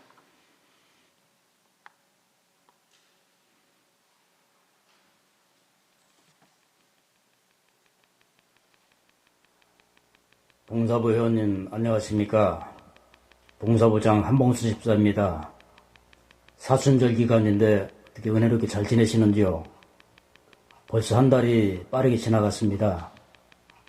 이제 나이가 들다 보니 그저 하루하루가 소중하게 느껴집니다. 밖에는 벌써 벚꽃이 피었고 만물이 소생하고 역동하는 봄이 왔습니다. 우리 봉사부 회원님들 봄의 기운을 듬뿍 받고 강건하시고 건강하시길 바랍니다. 전에 말씀드렸듯이 4개 부서 주물 통한 화상회의가 진행되고 있습니다. 선교부, 신교부, 문화부는 벌써 마쳤고 봉사부는 다음 주 화요일 3월 30일 날 진행될 예정입니다. 우리 봉사부 회원님들 모처럼 영상으로나마 많이 배웠으면 좋겠습니다. 그럼 다음 주 화요일에 뵙겠습니다. 감사합니다. 봉사부 회원님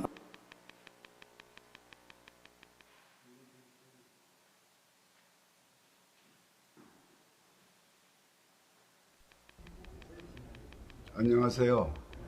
저는 팔남선 문화부장을 맡은 임재관 집사입니다. 앞으로 1년 동안 문화부를 위해 헌신 봉사하겠습니다.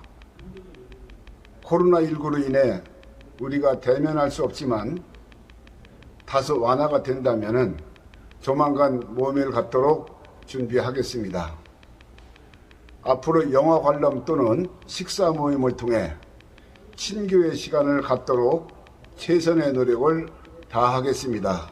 감사합니다.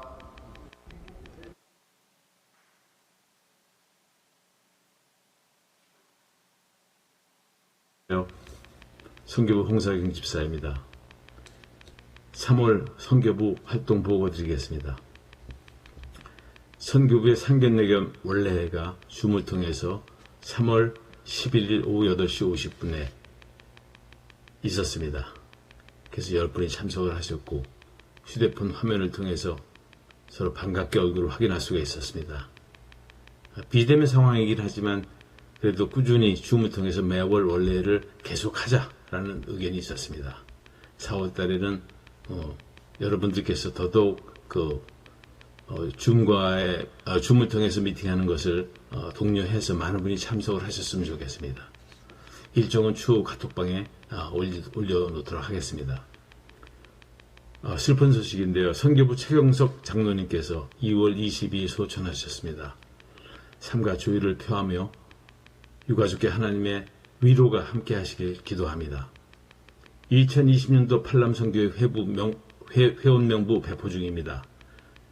단톡방에 필요하신 회원분의 성함을 남겨주시면은 제가 주일 예배 후 선교관 경비실에서 찾아가실 수 있도록 준비하겠습니다. 그리고 서병석 회장님, 이준 장로님께서 화요조찬 유튜브 영상을 우리 선교부 단톡방에 올려주시는데 감사합니다. 또한 한상삼 집사님께서는 말씀과 기도라는 유튜브 영상을 공유해 주셔서 감사드리고요. 또 이용순 집사님의 좋은 글과 영상 업로드 감사드립니다. 선교부원 21분이 회비를 완납해 주셨습니다. 혹시 본인이 작년도 또는 금년도에 회비를 내셨는지 잘 기억이 안 나실 때 저에게 언제라도 문의 주시면 제가 안내해 드리겠습니다. 선교부원들 본인의 생년월일, 생년은 아니더라도 월일까지만 해도 일러주시면 회장단에서 준비하는 생일 선물을 잘 보관했다가 제가 적당한 전달 방법으로 전해드리겠습니다. 카톡방에 올려주시기 바랍니다. 또 지난 3개월간의 선교부 신입회원을 간단히 말씀드리겠습니다. 이병현 집사님, 안재균 집사님, 강성희 집사님, 김영서 집사님, 장기수 장로님 모두 5분의 선교부 오심을 진심으로 환영합니다. 이상 2021년 1, 4분기 선교부 관련 보고를 말씀드렸습니다. 의문사항은 언제나 제게 말씀 주십시오. 그럼 하나님 주시는 평강이 회원님 가정에 넘치길 기도하며 다음 뵐 때까지 건강하시기 바랍니다. 감사합니다. 안녕하세요.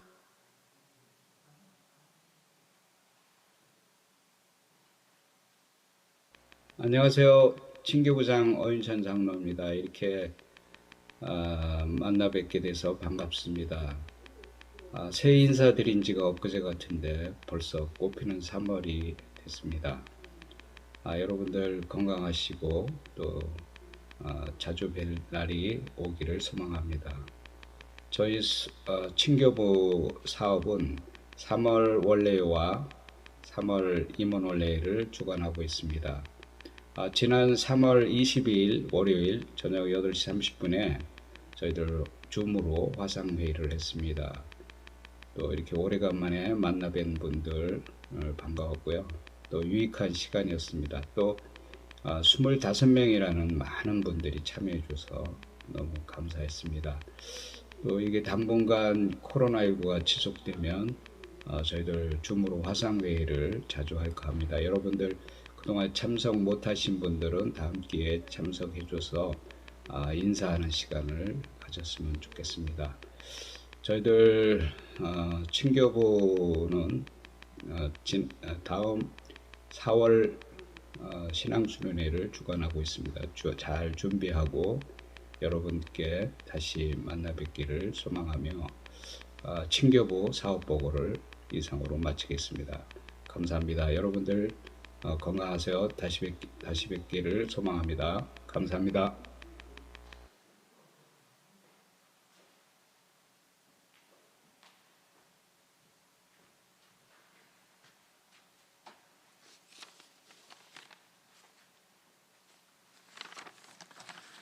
안녕하십니까. 부회장 이권태 집사입니다. 지금 이 시간에는 신입회원 환영 및 생일 축하 시간입니다. 그동안 신입 회원이 많이 들어오셨는데요. 선교부에는 이병현 집사님, 안재균 집사님, 강성희 집사님, 김영서 집사님, 장기수 집사님 들어오셨고요. 친교부에는 임오혁 집사님, 어윤찬 장로님 들어오셨고요.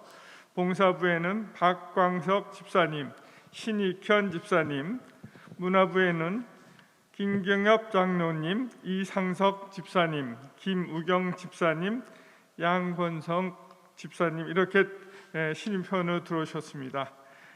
신입회원과 함께 3월 달에 생일 맞으신 회원님들을 같이 축하하는 순서를 갖도록 하겠습니다.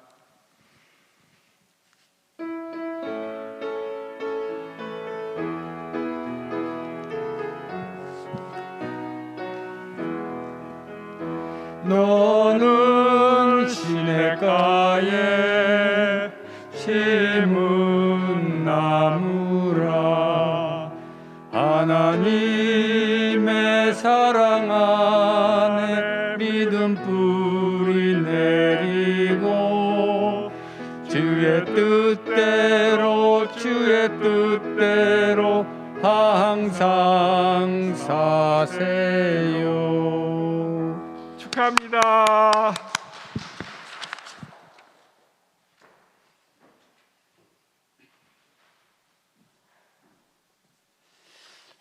안녕하세요. 총무 김철호 집사 인사드리겠습니다. 남성교회를 지금까지 담당해 주셨던 강영록 목사님께서 다른 곳으로 가셔서 후임으로 이경희 목사님이 우리 남성교회를 담당하게 되셨습니다. 일부 예배 말씀을 전해주신 이경희 목사님과 반주로 수고해 주신 정숙현 권사님께도 감사드립니다. 또한 오늘 특강으로 말씀을 전해 주신 유혜근 목사님께도 감사드립니다. 상반기 화요조찬 성경 공부가 계속 진행 중입니다. 매주 화요일 아침 6시 30분에 유튜브와 온라인으로 방송되고 있습니다. 많이 참여 바랍니다. 또 4월 18일 소망가족 신앙수련회가 주일 저녁이죠. 4월 18일 주일 7시 30분 본당에서 우리 대면 예배와 온라인으로 동시 진행을 할 예정입니다. 신앙수련회 찬조금을 지금 또 우리가 많이 내고 있으니까 많은 찬조 부탁드립니다. 지금 현재 내신 분들이 김초로, 김용찬 장로님, 서병석 장로님, 이동섭 집사님, 임재관 집사님, 또 수련회 찬조금 입금 계좌는 지금 나가고 있죠. 그거는 다 다음에 이렇게 정리해서 각 카톡방에 올리도록 하겠습니다.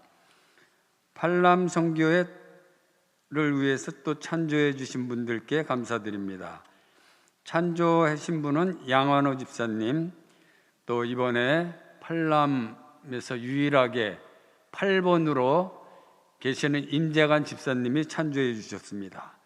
또 회비 입금 계좌는 늘 우리 서병석 장로님 계좌로 보내주시면 되고, 또 보내실 때는 부소명 또 이름을 확실하게 보내주셨으면 감사하겠습니다. 또 신입 회원들은 아까 다 말씀드렸으니까 생략하고요. 또 부서별 줌을 화상회의를 했었는데 친교부, 문화부, 선교부는 이미 다 했습니다. 그 봉사부는 3월 30일 8시 반에 할 예정입니다. 또 지금 문화부의 이재호 집사님의 부인 유한영 권사님께서 뇌경색으로 순천향병원에 입원 중입니다. 많은 중보기도 부탁드리겠습니다. 또 수첩은 또 아까 광고하기 전에 각 부장님들이 말씀해 주시고 또 광고해 주셨기 때문에 또 생략하고, 또 오늘 모든 일정 광고를 여기서 마치겠습니다. 감사합니다. 네, 이어서 이제 금년도 4월 18일 장로 후보 1차 선거가 있습니다. 그 동영상을 보시고 또 금년에 많은 장로님들이 피택될 수 있도록 기도와 또 협조 부탁드립니다. 동영상 나가겠습니다.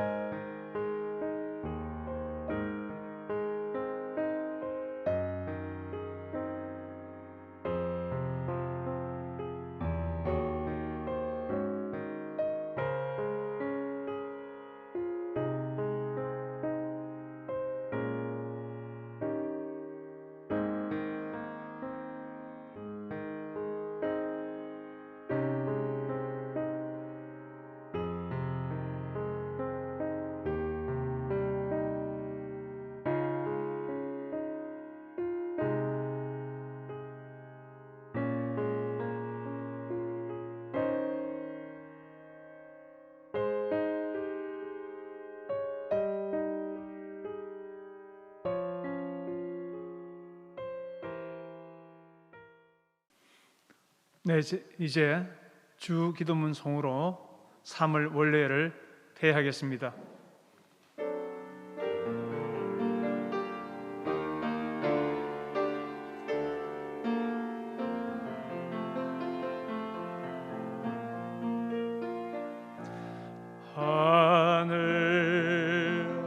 하늘에 계신 아버지 이름 거룩하사 주님 나라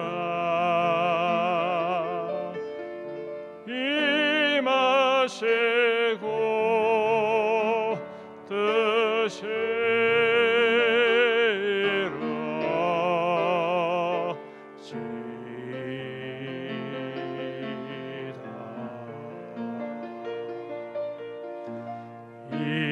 일용할 양식 주시고 우리들의 큰 죄 다 용서하시고 또 시험에 들게 마시고 악에서 구원하소서.